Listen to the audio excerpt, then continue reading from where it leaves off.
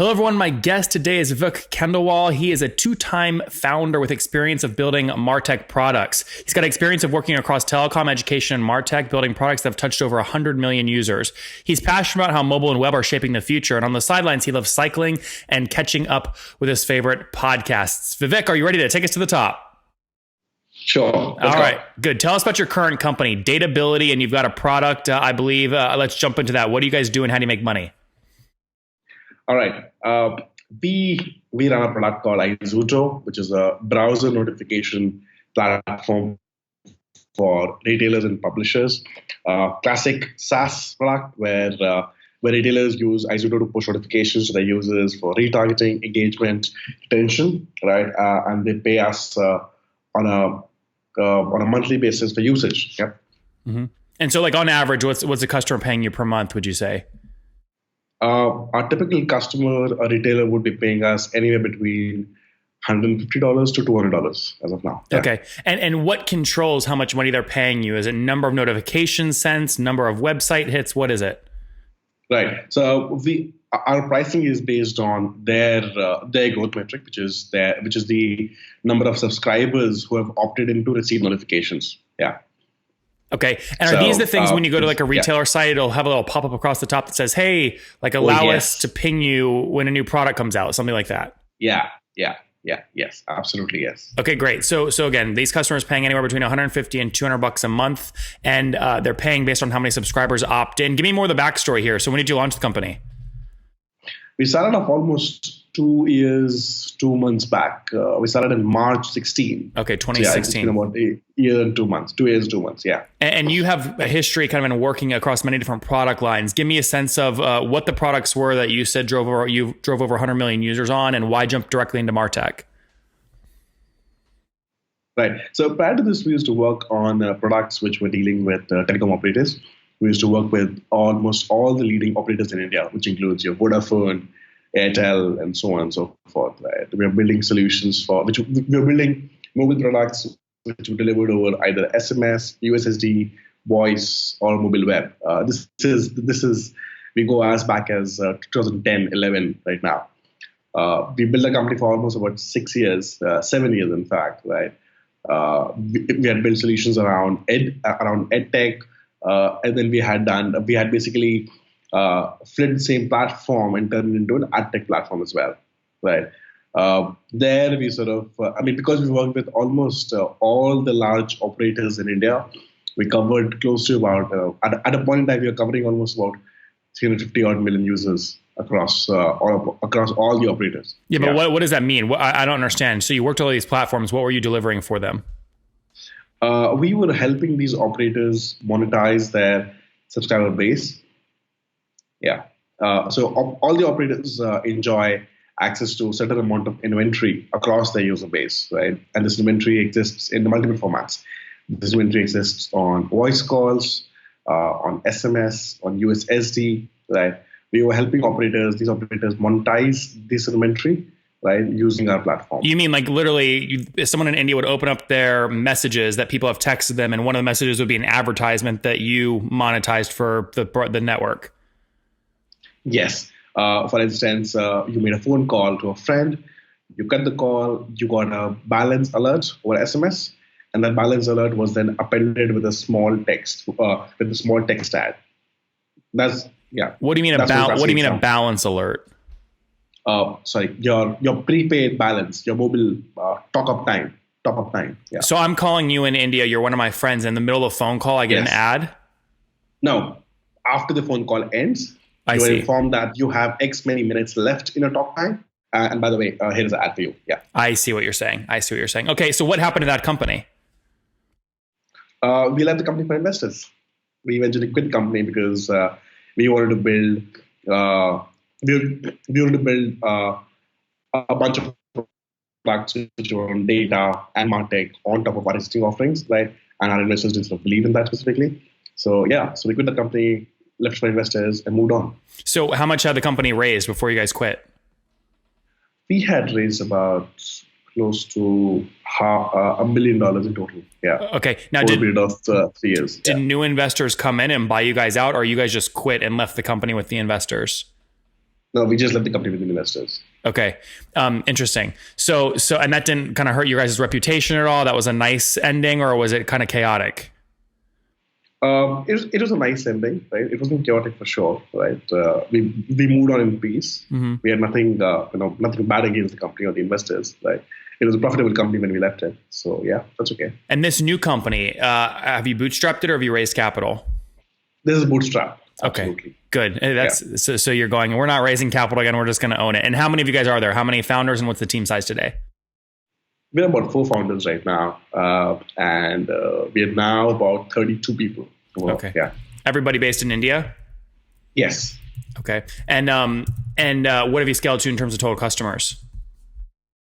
Our total customer base right now spans to about 400 odd.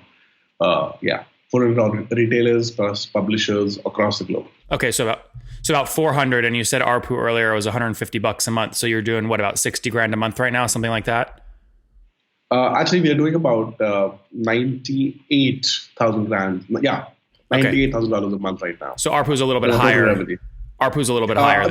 So we have different model for publishers. What I spoke to you about was for our retail business, right? Wherein people pay as they go. Yep. Where retailers would pay as they consume the product, right? With publishers, we have a slightly different model wherein we help these publishers monetize their notification inventory with native ads. So publishers don't really pay us. We actually end up paying them, right? So think of this as the AdSense for notifications. Mm-hmm. Yeah, got it. Yeah. Okay, good. So about 400 customers altogether doing about $98,000 a month in revenue today. Yeah, 105 now almost. Yeah. Okay, is that pure play SaaS though? I mean, is it truly recurring and predictable? SaaS revenue is about 54,000 right now.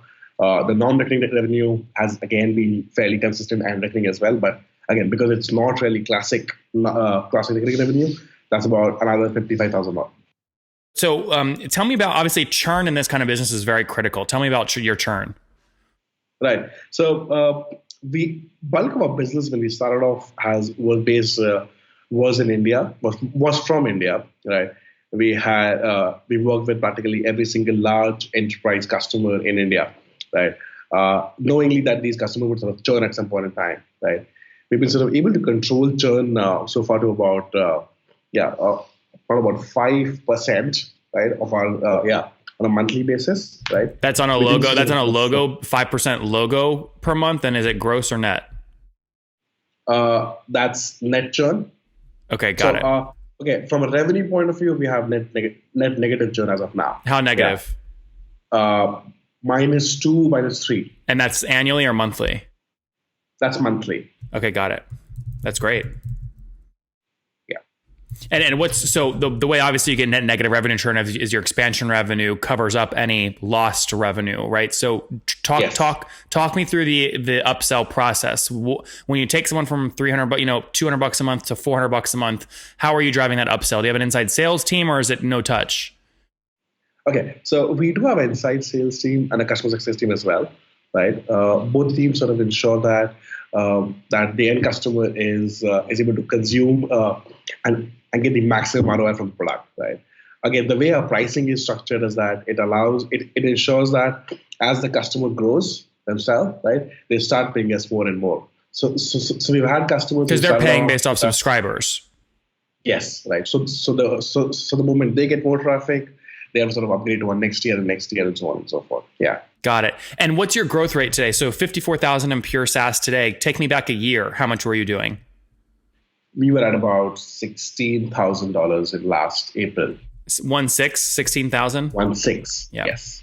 That's great. So healthy growth. And again, totally bootstrapped, which I love. A churn -3, net negative monthly churn, which is great. What are you spending to acquire new customers? What's your CAC? We spend close to about, I think, $1,200 to $1,500 on a monthly basis to acquire a typical customer of ours right now. Got it. And if those people, I mean, they're paying well north of $100 a month. So your payback period, what is it, 8, 9, 10 months? Yes. So what has also happened is that in the past 3 to 4 months, we have sort of increased our ARPU significantly, right? Our ARPU was about $125 a month earlier on, right? We're now kissing 200 for sure, right?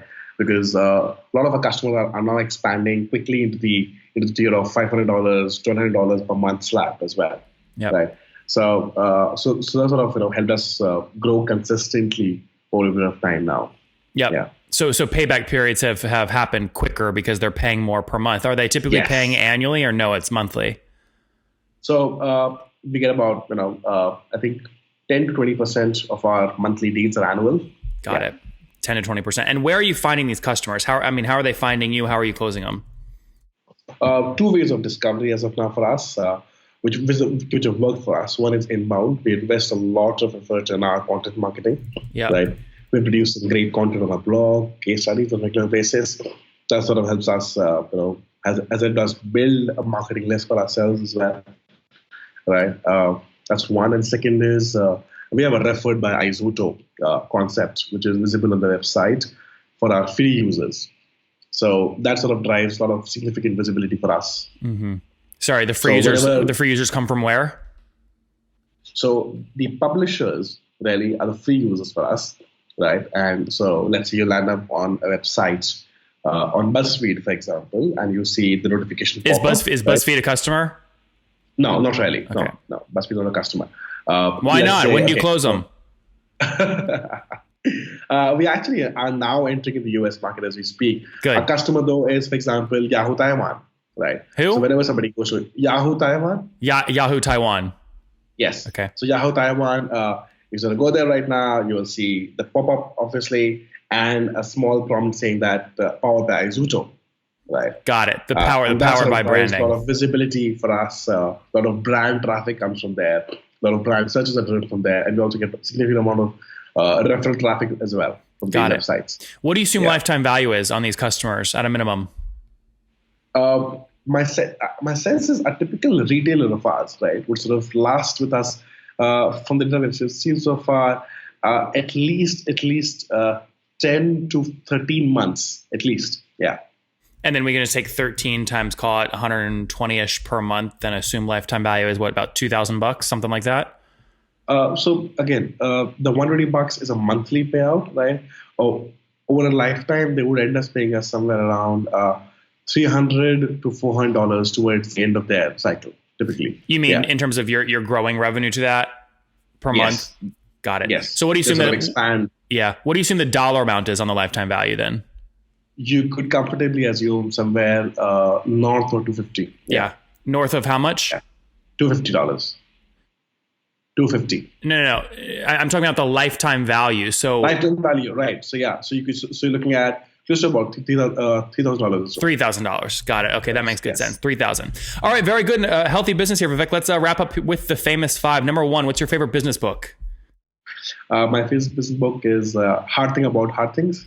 It's a good one. Number two, is there a CEO you're following or studying right now? I follow Rand Fishkin. Rand Fishkin, SEO Moz. Yeah. SEO Moz, yes. Moz now, yeah. Number three, what's your favorite online tool for building your business? I use a bunch of tools. Drift, as of now, is my favorite online tool. Yeah. Number three or four, how many hours of sleep do you get every night? 5 to 6. Okay, probably. That's good. And what's your situation? Married, single, you have kids? Just got married. Oh, congratulations. So no kids yet? No kids yet, thank you. And how old are you? I just turned 30 last year. 30, very good, Vivek. Last question, what do you wish your 20-year-old self knew? That subscription is the way forward. What is? Subscription is the way forward in this world. Subscription economy is what will be sort of driving this world. Yeah. Yep. Guys, there you have it. Subscription is the way forward. He's doing $60,000 or $54,000 per month in pure play SaaS revenue from 400 customers, paying north of $100 per month for his browser notification system that he's created. They got a team of 32 people based mostly in India. Economics, -3% net negative monthly revenue churn, which is obviously super healthy. Lifetime value north of 13 months and $3,000. Payback period less than 9 months. They're growing quickly, and he's doing it bootstrapped, which I love. Vivek, thank you so much for taking us to the top. Thanks, Ethan.